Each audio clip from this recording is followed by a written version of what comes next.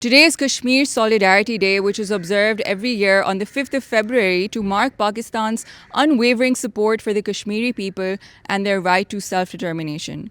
Prime Minister of Pakistan Shehbaz Sharif and Chief of Defence Forces Field Marshal Asim Munir visited Muzaffarabad, and the Prime Minister also addressed the Legislative Assembly here. He highlighted their shared violence and the continuing conflict in the illegally Indian occupied Jammu and Kashmir. And we had a chance to speak to some of the members and leaders of the Legislative Assembly. So let's hear what they had to say. In Indian occupied Kashmir, all civil rights has been controlled by the Indian government, and even the Assembly of Indian occupied Kashmir, they are not able to pass any legislation, and they can only debate. And more than 15,000 women, children, men, young boys are in jail in different parts of India. Everybody knows that India was the first applicant who went to the UN Security Council. And Pakistan accepted the proposal of a plebiscite or referendum. So Pakistan is still on the same point, but India has refused to abide by her promises to the people of Kashmir. So Pakistan's stance is very much according to the UN Security Council resolutions and the commitments made by Indian leadership and the Pakistani leadership in different occasions. Mr. Shehbaz Sharif, he came here, apart from all of our differences, local political differences, we the Kashmiris from all our parties, as I am from the PTI, there was Muslim Conference, People's Party, Noon League, JKP's party.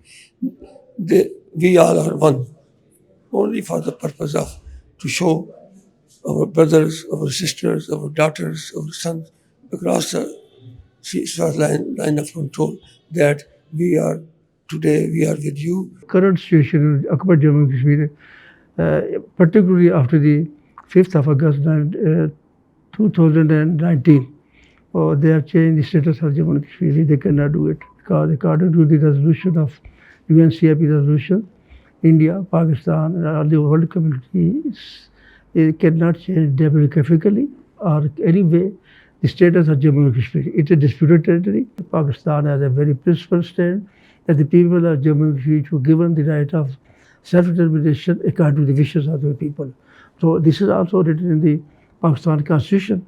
Even if the people of Jammu and Kashmir gave their vote in favor of Pakistan according to UN Security Constitution, then according to the Pakistan Constitution, the future of the Kashmir again will be decided by the people of Jammu and Kashmir. India on its own has annexed occupied Kashmir and made it a part of India, which ethically, morally and legally it cannot do unilaterally.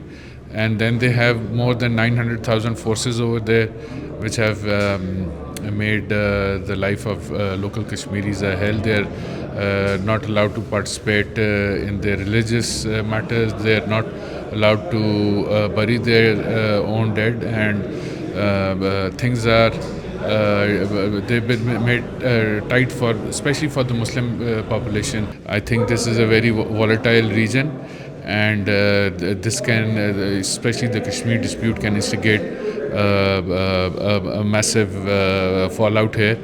You can witness the 4 days which we call the Bunyal Mahsoos, through which India, I think it was humiliated all over the world, but that was because they made a mistake and we stood our ground.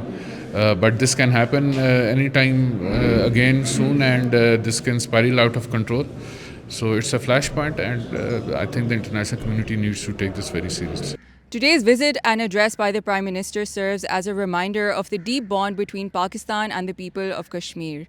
It also renews calls for a just and internationally supported resolution to the long-standing conflict in illegally Indian-occupied Kashmir. From Muzaffarabad, this is Aisha Mir with Malik Waqar Ahmed.